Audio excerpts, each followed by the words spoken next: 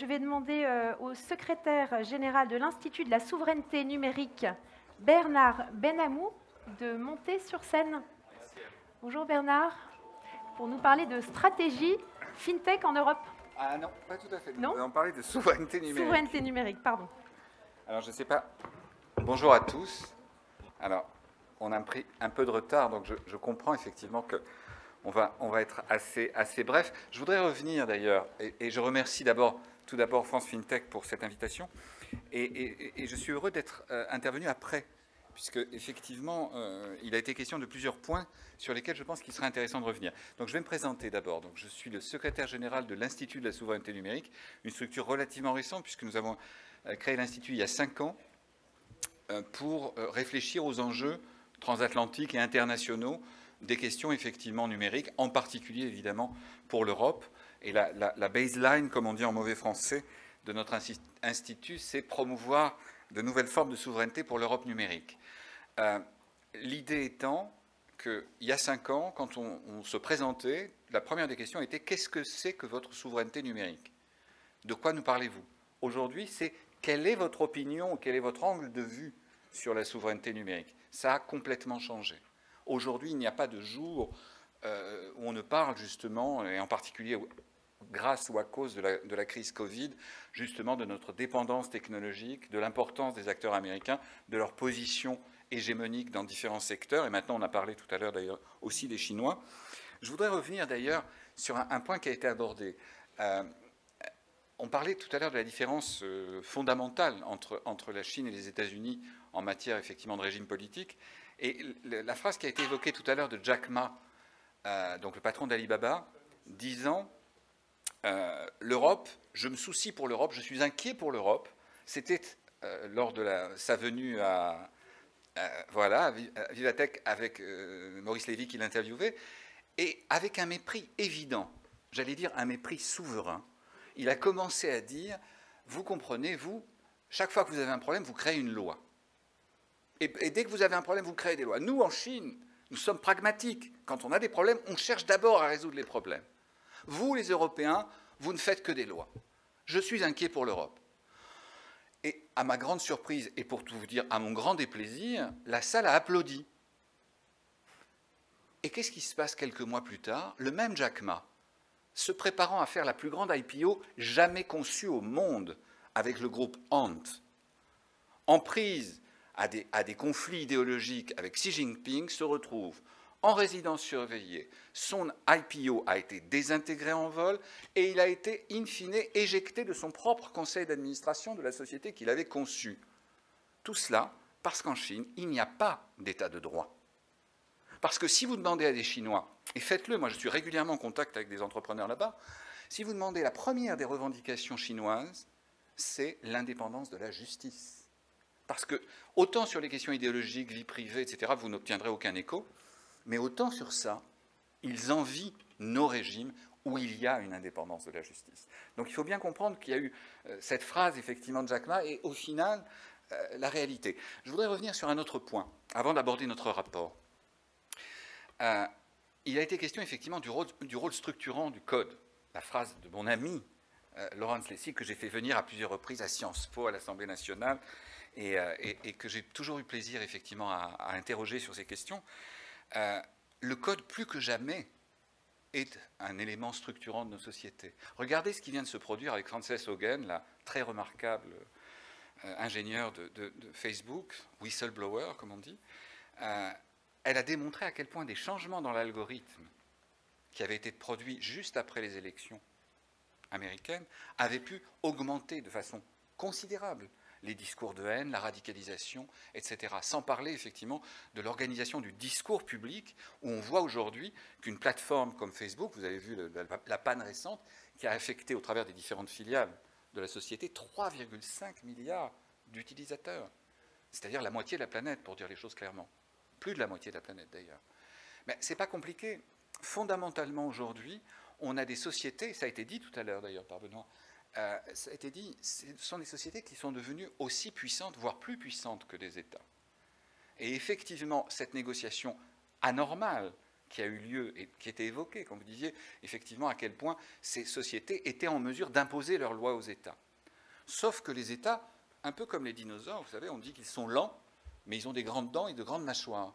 Et à un moment donné, nous sommes précisément maintenant dans le moment où les États push back, enfin excusez-moi, en bon français, réagissent. Pourquoi? Parce que tout simplement, ils sont dépossédés, ça a été dit par rapport au FinTech, sur la capacité de battre monnaie. Regardez, on parle souvent de la lenteur des États en matière antitrust. Vous avez souvenir peut-être de l'action antitrust contre Microsoft qui n'a jamais véritablement débouché, IBM, même chose, etc., etc. Sauf que, regardez ce qui s'est passé précisément sur les FinTech avec l'initiative Libra de Facebook.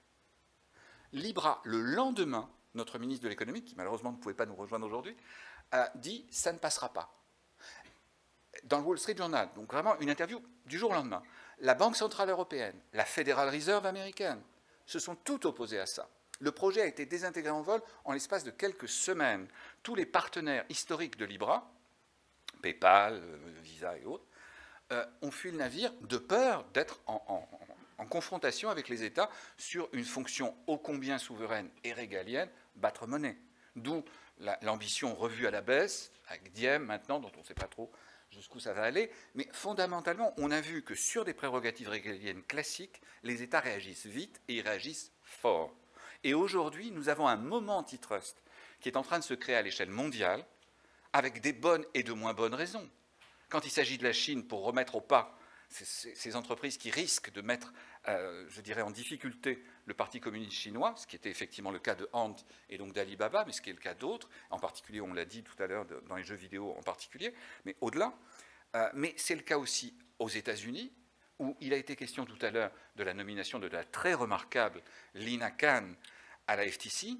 On pourrait citer la nomination du non moins remarquable, et en plus que je connais bien, Tim Wu, le professeur de Columbia, à la présidence des États-Unis, donc conseiller du président sur les questions effectivement de Big Tech. On voit bien qu'il y a un moment qui est en train de se créer. Avec l'Europe, il a été question des deux textes fondamentaux sur la régulation des plateformes, que sont le DSA et le DMA, Digital Services Act, Digital Markets Act, auxquels il faut rajouter deux autres textes importants, dont il a été question avec Licence tout à l'heure, en particulier le texte sur la régulation de l'intelligence artificielle, AIA, Artificial Intelligence Act, et un autre que je vous conseille de regarder avec grande attention, parce qu'il vous impactera dans vos différents métiers, c'est le DGA, Data Governance Act, sur les data space dont il a été question tout à l'heure, et sur la capacité de réguler un secteur qui pour l'instant est un véritable Far West de la régulation, qui s'appelle les data brokers, c'est-à-dire des gens qui échangent des dizaines de milliers de paramètres sur chaque individu, des sociétés peu connues d'ailleurs, Experian, Oracle est un data broker, on le connaît pour d'autres choses. Et donc, vous voyez, Axiom, vous voyez, bon, des sociétés dont les noms ne parlent pas au grand public, mais qui détiennent des trésors d'informations sur chaque individu, au point, et on l'a vu avec le scandale Cambridge Analytica, de pouvoir manipuler les gens. Et ça, c'est un point important. Je voudrais revenir aussi sur effectivement, il a été évoqué les projets européens, Gaia-X, tout à l'heure, effectivement, on en parlait. Et là, je vous en parle en tant que militant européen, je précise, hein, ancien coordinateur de ministériels européennes, ancien délégué interministériel, participant à des négociations européennes. Donc, vous voyez, je ne suis pas suspect d'europhobie, au contraire. Mais Gaia-X, c'est le prototype de la bonne idée mal gérée. Et une bonne idée mal gérée, c'est pire qu'une mauvaise idée. C'est-à-dire qu'au départ, c'est bien, et jusqu'au moment où c'est étouffé par le lobbying hyperactifs de ces sociétés qui y ont vu effectivement le moyen de ralentir l'action européenne dans ces domaines, d'où la présence incongrue de Palantir, société Big Data fondée par la CIA, enfin des crédits de la CIA, une tutelle, Huawei, encore plus incongrue et encore plus improbable, et évidemment toutes les Big Tech américaines qui ont participé à ce projet. Au point qu'un représentant allemand a dit récemment de Gaia-X, qu'est-ce qu'il y a d'européen dans Gaia-X? Les clients. C'est une façon de le voir. Bon, tout ça pour revenir effectivement à notre activité. Je viens aussi pour vous parler aujourd'hui d'un rapport qui est en ligne, que vous pouvez trouver en ligne. Alors là, évidemment, j'en ai un exemplaire papier, mais vous le trouverez aussi en ligne donc sur le site souveraineténumérique.fr, donc le site de l'Institut, qui est sur un domaine qui pourrait vous sembler éloigné, mais qui ne l'est pas du tout. C'est l'Internet des objets et la souveraineté numérique. Pourquoi? Parce que les fintechs, pour beaucoup d'entre elles, sont des technologies dérivées des objets connectés. Je ne parle pas que de Ledger, évidemment, et ces levées de fonds dont on a beaucoup parlé. Mais pour beaucoup, les technologies financières reposeront sur des interfaces liées à des objets connectés. En particulier, une partie de cet édifice qui est en train de se bâtir, tout à l'heure il était question des opportunités européennes, je dirais effectivement qu'il y a des secteurs clés autour de la santé et de l'assurance, qui est un secteur proche des fintechs, on pourrait le dire, de cette manière, qui seront des éléments clés pour l'Europe. C'est-à-dire que si nous ne nous produisons, si nous ne nous projetons pas vers des secteurs clés, structurants, avec tout le respect, comme j'ai pu le dire en préparation de cette conférence, que j'ai pour les vignettes Panini dématérialisées, qui sont certainement un élément, enfin, en l'occurrence avec la blockchain, avec de vraies technologies derrière, et loin de moi l'idée de critiquer dans ce cas-là. Mais le but, c'est aussi d'être présent, pour nous, Européens, sur des technologies structurantes. Parmi les regrets que nous avons eus dans le cadre de l'Institut, c'est évidemment le fait que l'on n'ait pas davantage poussé sur, et ça a été évoqué d'ailleurs, je crois, à la fin de votre débat, vers la commande publique. La commande publique, l'État, ce n'est pas que l'État régulateur. L'État, c'est aussi l'État prescripteur, l'État acheteur. Aux États-Unis, depuis plus de 50 ans, existe une structure qui s'appelle la Small Business Administration, avec une chose qui s'appelle le Small Business Act, que nous sommes, nous, Européens, empêchés de développer en Europe pour des raisons absurdes. Je ne reviendrai pas, négociation à l'OMC, qui à l'époque s'appelait le GATT, par rapport effectivement à la politique agricole commune. Enfin bon, je n'y reviens pas. C'est une concession que nous n'aurions jamais dû accepter. C'est-à-dire qu'aux États-Unis, on oriente une partie de la commande publique vers des PME innovantes. Nous nous sommes interdits, et les Anglais ont insisté pour qu'on se l'interdise régulièrement, jusque évidemment au Brexit. Nous nous sommes interdits de faire de même, alors même que, comme ça a été rappelé, toutes ces grandes entreprises qui se sont développées dans la Silicon Valley se sont appuyées massivement sur de la commande publique, sur du financement public, sur de la R&D publique. Vous avez une excellente économiste que je vous conseille de lire, Mariana Mazzucato, qui est une économiste italo-américaine, qui disait « Il n'y a pas une seule des technologies clés de l'iPhone qui n'ait pas de près ou de loin été financée sur Crédit Fédéral américain. » Pour mémoire, l'Internet, projet de la DARPA, le département de la Défense, le GPS, la géolocalisation, projet militaire à l'origine, pour guidage des forces militaires, qui par la suite est devenu aussi un projet ouvert aux civils. Les interfaces tactiles, qui ont d'abord été développées effectivement dans un cadre militaire, les systèmes d'intelligence artificielle, de reconnaissance faciale, tout cela a d'abord été financé sur crédit militaire. Nous sommes dans une logique de naïveté, je dirais, d'une vision idyllique du libéralisme, où, depuis le garage, on devient un empire. Sauf que depuis le garage, on est défiscalisé massivement, on obtient des commandes publiques massives et on passe effectivement par des systèmes de financement public massifs. Donc ça ne correspond pas au dogme libéral, mais ça correspond au remarquable interventionnisme industriel américain. Et si nous, Européens, comme l'a dit récemment, je remettais notre rapport à Thierry Breton lors des rencontres du MEDEF il y a quelques semaines, et il plaidait pour en finir avec la naïveté européenne dans ces domaines. Et il sait de quoi il parle, parce qu'il a été au contact, au niveau industriel, longuement de ses homologues américains, qui ont même essayé de le décrédibiliser. On a vu le conflit qu'il a eu avec les gens de Google, qui voulaient, entre guillemets, cisailler sa crédibilité et empêcher effectivement qu'il ne puisse développer son action. Il a été obligé de les appeler en direct au téléphone pour leur dire que ce n'était pas des manières et que ça pourrait effectivement se retourner contre eux, ce qui effectivement a été le cas dans ce cas-là précisément. Fondamentalement, nous devons aujourd'hui développer, non pas une vision protectionniste, tout à l'heure il a été question effectivement de protectionnisme par rapport à l'attitude qu'ont par exemple les Chinois, non. On doit développer un réalisme sur les termes du jeu. Est-ce qu'on est sur un jeu fair, au sens de fair play, ou est-ce qu'on est sur un jeu que l'on doit rééquilibrer? C'est évident que nous devons le rééquilibrer. Que l'on ne peut pas effectivement se comporter comme s'il n'y avait pas des distorsions évidentes de concurrence au profit des acteurs américains. Demandez à nos amis de Naval Group ce qu'ils en pensent.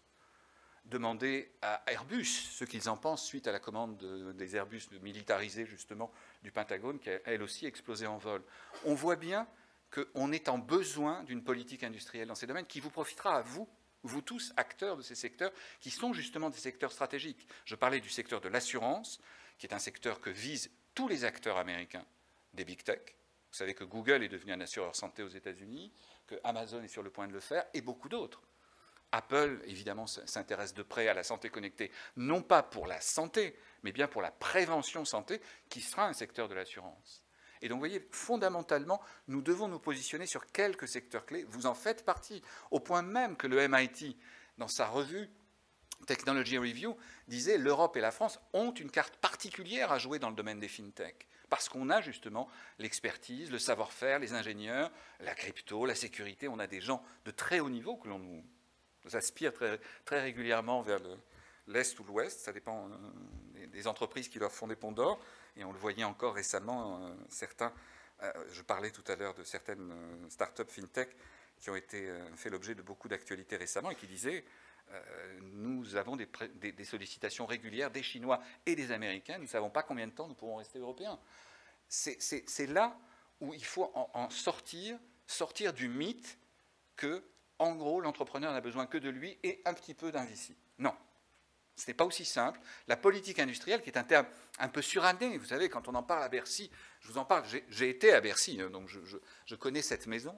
Par définition, c'est un terme, vous voyez, qui semble passer de mode. Et non, tout le monde le fait. Je parlais du moment antitrust dans toutes les grandes régions du monde, Chine, Inde, Russie, États-Unis, Europe. Il n'y a pas de grande région du monde qui ne soit pas en train d'essayer justement de réguler davantage.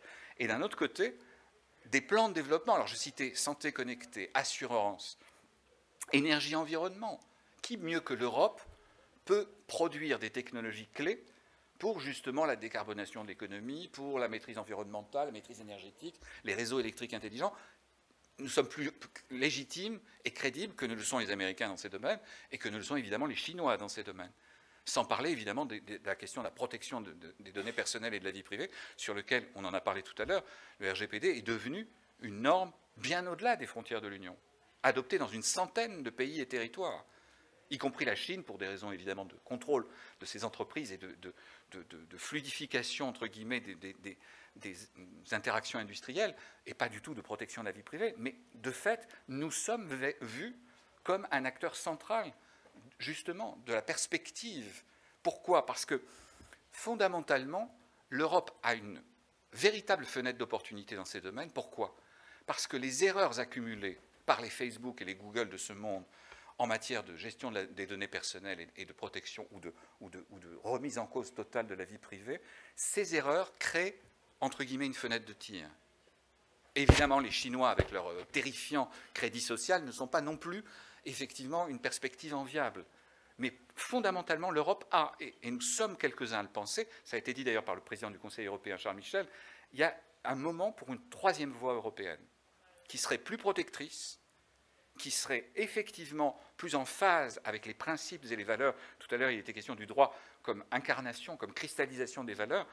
Nos technologies, elles sont l'émanation de nos valeurs. Et si effectivement nous ne sommes qu'utilisateurs, comme dirait mon excellente amie, la sénatrice Morin-Desailly, si nous sommes une colonie numérique de 2 autres continents, par définition, ce sont aussi nos modes de vie, notre protection sociale, l'ensemble de nos interactions entre citoyens qui seront remis en cause.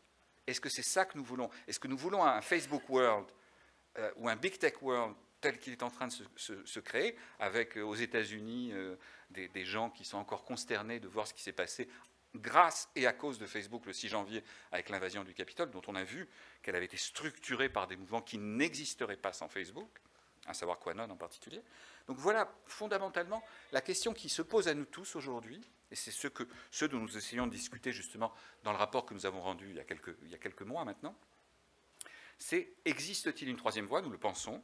Quelles sont les mesures qui permettraient de la développer? Quelles sont les mesures d'accompagnement, d'encadrement, pour éviter effectivement, pour les amateurs de science-fiction, vous savez, il y a 2 scénarios qu'on essaye de conjurer, c'est Minority Report, c'est-à-dire la surveillance absolue, totale des individus, et Gattaca, c'est-à-dire la vision eugéniste, transhumaniste, de l'humain augmenté, de l'humain dénaturé, pourrait-on dire, au profit effectivement d'un contrôle social qui serait effrayant. Je rappellerai, puisque je parlais de nos amis chinois, le crédit social qui a été mis en place, ce système de rating pour les amateurs, je ne sais pas si certains d'entre vous ont en tête Black Mirror, un épisode où on voyait comme ça le rating des individus en permanence en réalité augmentée, ils viennent d'aller beaucoup plus loin. Maintenant, ce sera le génome social, c'est-à-dire l'analyse de toute la population masculine, donc les 700 millions d'hommes chinois, qui vont faire l'objet progressivement de tests génétiques pour établir une cartographie totale, absolue, de la population chinoise. C'est une perspective à la Gattaca, c'est une perspective orwellienne, là encore, où Huxley, sur le Brave New World, que nous ne voulons pas, parce que justement, nous sommes en mesure de créer des technologies alternatives, nous en avons les cerveaux, il nous en faut juste une toute petite chose qui manque à l'heure actuelle, au vu des décisions récentes, rapprochement Thales Google, Health Data Hub avec Microsoft et autres, il nous manque juste la volonté politique. Mais là, nous sommes justement dans une période politique, et je pense que les uns et les autres, en tant que citoyens, pas simplement en tant qu'acteurs technologiques, auront à nous prononcer pour que ces débats deviennent, au bon et au plus noble sens du terme, des débats politiques dans les temps à venir. Merci à vous tous.